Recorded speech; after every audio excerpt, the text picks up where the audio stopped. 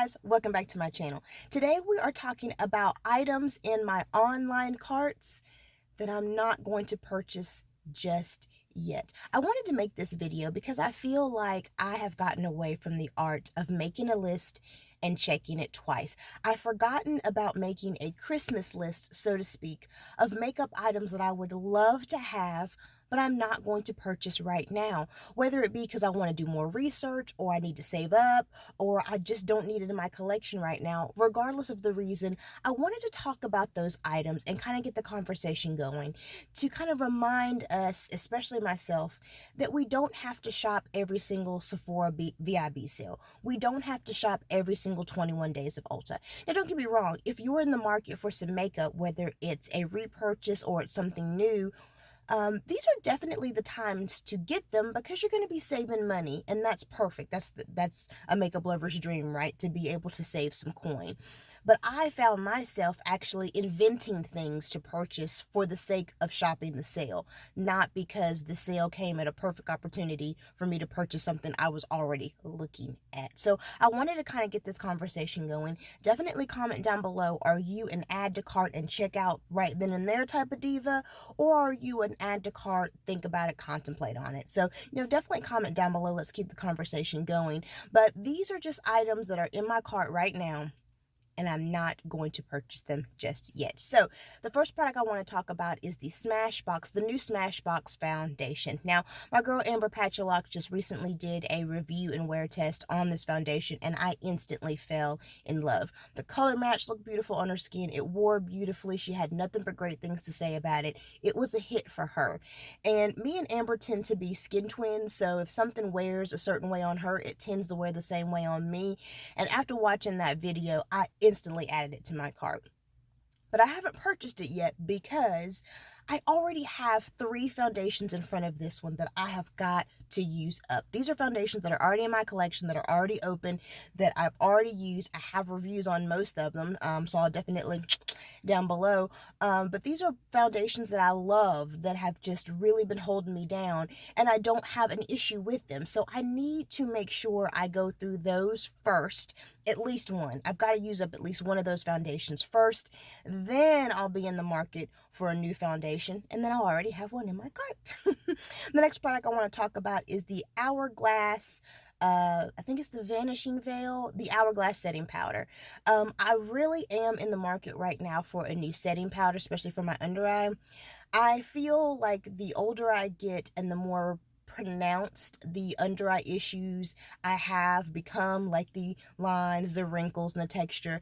I feel like the more pronounced they become, I feel like maybe I need to have something a little bit finer, a little bit more hydrating, a little bit smoother, and just something that's going to give me a little bit more radiance underneath that area versus what I'm using. I have always used the e.l.f. HD under eye setting powder. I've used some other setting powders in between there, but the e.l.f. HD has always been the one I continuously go back to. It always holds me down. I have no problem.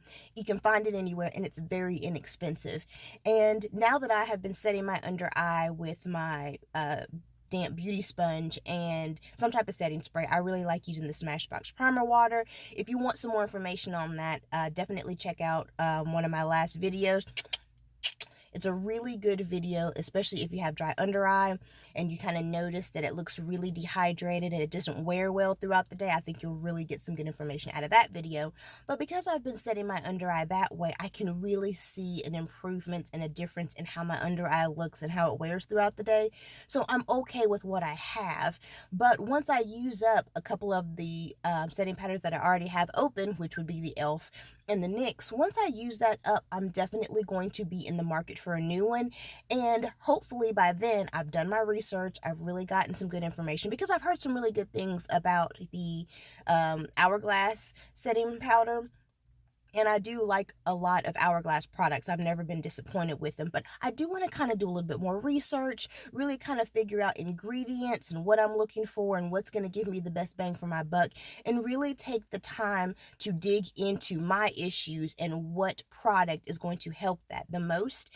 And so hopefully by the time I've gotten through with what I already have open, I'll be more educated and more prepared to make a purchase that I'm feeling a little bit better about. The next product I want to talk about is the Marc Jacobs Highliner. This is an eyeliner, and I will be honest, guys, in my humble opinion, that is one of the best eyeliners ever. It has beautiful pigmentation. It's smooth, it's creamy, it lasts fantastically, especially on my watery water lines. That it lasts so well. It's a beautiful pencil, but it's expensive.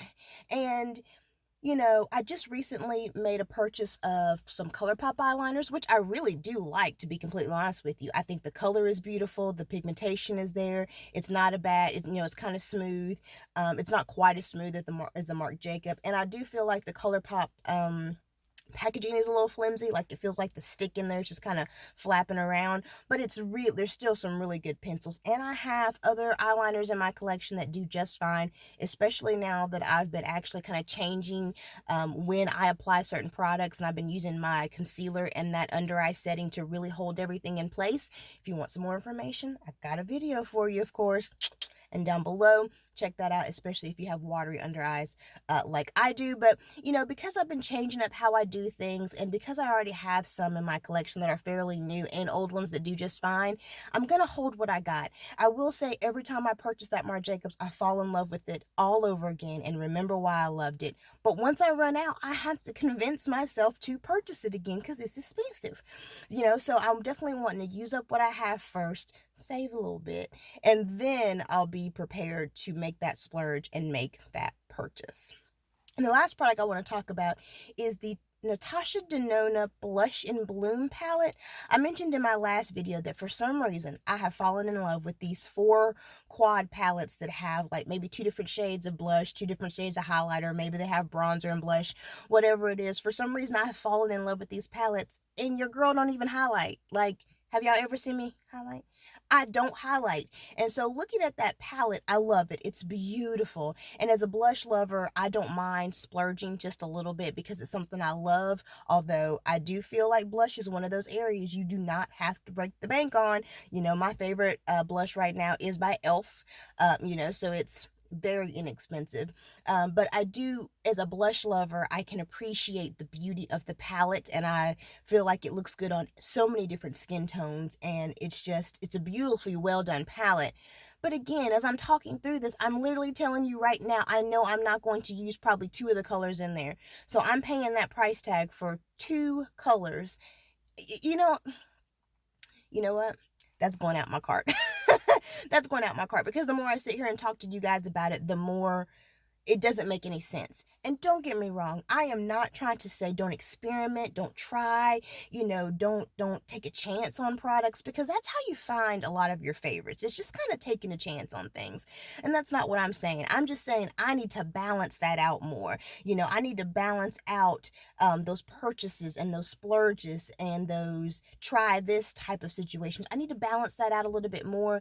And so that when I'm looking at my collection, I have a nice mix of tried and true, never fails, but I also have a mix of some maybe these might work, definitely more tried and trues, and it's just an overall nicely curated small collection of products that I know I'm going to love. And even if I don't know yet, I feel good about the splurge because everything else in my collection is tried and true. I just need a little bit more of a balance, if that makes sense. So I hope this information helped you. As I normally say, guys, don't really pay attention so much to the products, more of the conversation, more of the reasoning why I'm not taking that splurge or why I'm not taking the plunge on that. Just really trying to talk to ourselves and really getting control over consumerism that I know I do a lot of times, especially when it comes to makeup, and especially because of the platform that I'm on. So I hope this information helps someone else out there. If it did, please give this video a thumbs up. And while you're here on my channel, take a look around, see what else your girl has to offer. And if you're liking what you're seeing, hit that subscribe button. And I hope to see you in my next video. Bye.